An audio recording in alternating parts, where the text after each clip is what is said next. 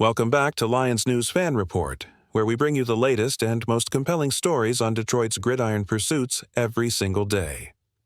Today, we're diving into a development that has caught many off guard.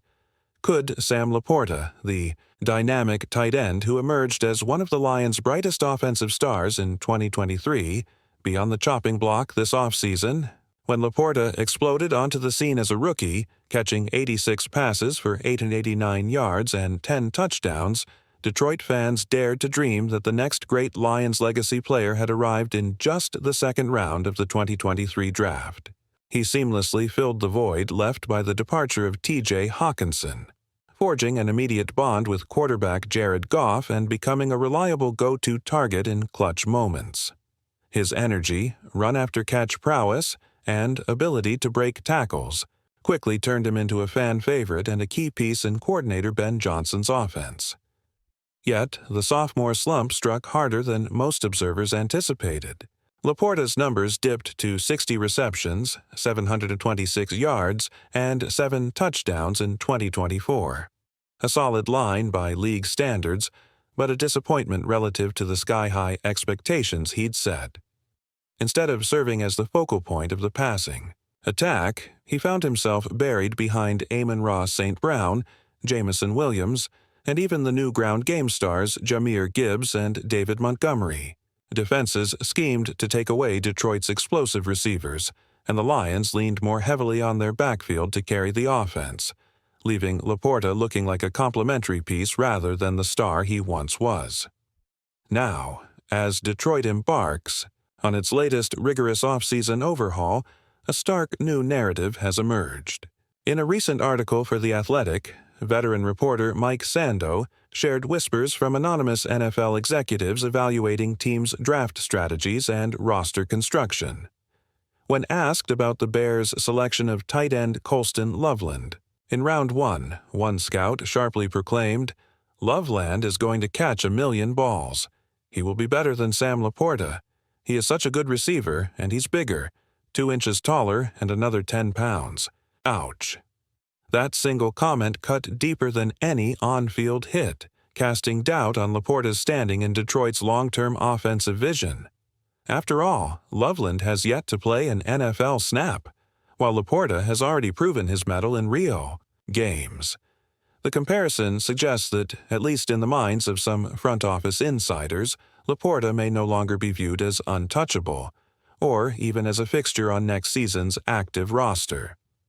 Let's unpack why this conversation could signal a seismic shift in Detroit's treatment of its star tight end. First, consider contract leverage. Laporta, entering year 3 on his rookie deal, will require a significant payday if he wants to remain a Lion long-term. Meanwhile, veteran edge rushers Aiden Hutchinson and emerging standouts Gibbs and Williams are all due for contract extensions in the near future. In a salary cap-constrained environment, the Lions may hesitate to invest a hefty chunk of cap space in a tight end whose production dipped and whose role seemed diminished last season. Next, examine the positional depth chart. The front office has already doubled down on size in the trenches with first-round pick Tyleik Williams, and they've invested heavily in their backfield. If Detroit believes its receiver and running back core can continue to carry the offense, perhaps a lesser-paid, more specialized tight end could fill Laporta's vacated snaps. Internal candidates or cheaper free agent options specializing in blocking or short-area work might offer more bang for the buck, especially if Laporta's 2024 dip is viewed as more trend than anomaly. Then there's the precedent. Just 2 seasons after Laporta replaced Hockenson, the Lions moved on when Hockenson's contract became unwieldy.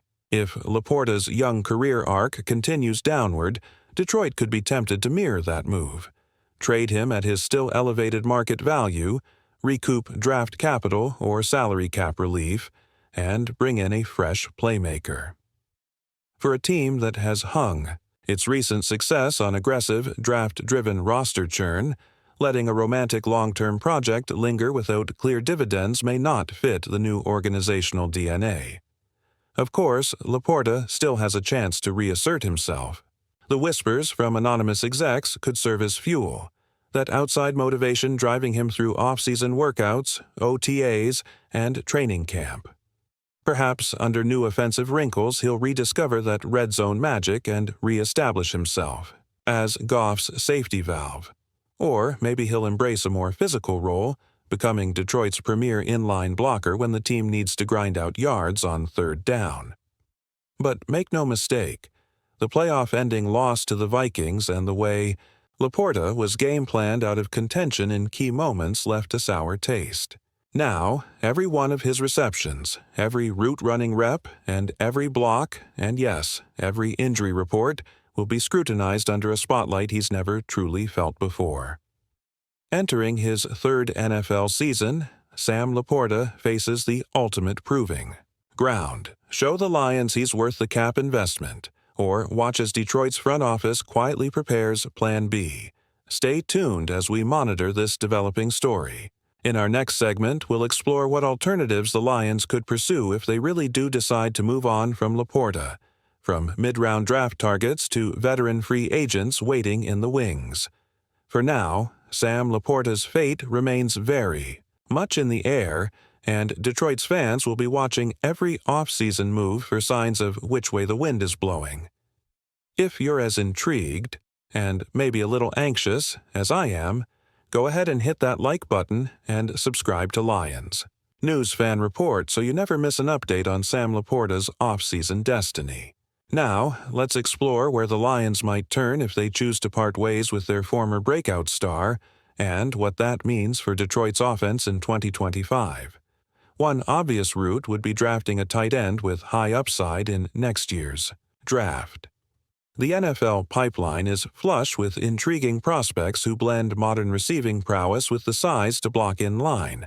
A mid-round pick, say a day 2 selection in rounds 2 or 3, could yield a true move tight end who forces defenses to account for linebackers in space without commanding Laporta's potential salary. That capital could also shore up more pressing needs, an interior defensive lineman, a veteran edge rusher, or depth in the secondary. Free agency, too, offers options. The market occasionally produces under-the-radar veterans who excel in specialized roles, short yardage blockers, situational red zone threats, or seam stretchers with 4.5 speed. A veteran on a 1-year prove-it deal could step in, keep the offense humming, and allow Laporta's cap slot to redirect into a perimeter defender or a luxury bench piece. Think players like Pharaoh Brown in Houston or O.J. Howard in Tampa, tight. Ends whose price tags remain manageable. Trade chips matter too. If the Lions maintain that Laporta still carries trade value, someone somewhere will always pay draft premium for a young tight end with name recognition, Detroit could net a mid-round pick, even moving him for a 5th rounder, then turning that pick into 2 day 3 picks via creative maneuvering, might align better with the Chip Kelly-style roster churn the Lions have embraced under Brad Holmes. And what of Laporta himself? If whispered doubters have lit that competitive fire, we might see a renaissance. A tight end tour de force in training camp, running crisp seams and leaping over linebackers on seam routes. A dominant preseason showing would force Holmes and Campbell to pause before cutting bait on their third-year investment. In that sense, the offseason is as much Laporta's audition as it is the front office's evaluation. No matter how it plays out, one fact looms large. The Lions have little patience for stagnation. Their window to compete for Lombardi Trophy, number 1, is now, and every roster spot must pull its weight. If Laporta can't recapture the promise of his rookie year, Detroit will move decisively, whether through trade, transition, or simply declining to extend. So, what do you think? Should the Lions stand pat and give Sam Laporta one more chance to shine, or pivot and invest in a different piece to keep this offense evolving? Drop your thoughts in the comments below. I read everyone, and I can't wait to hear where you stand.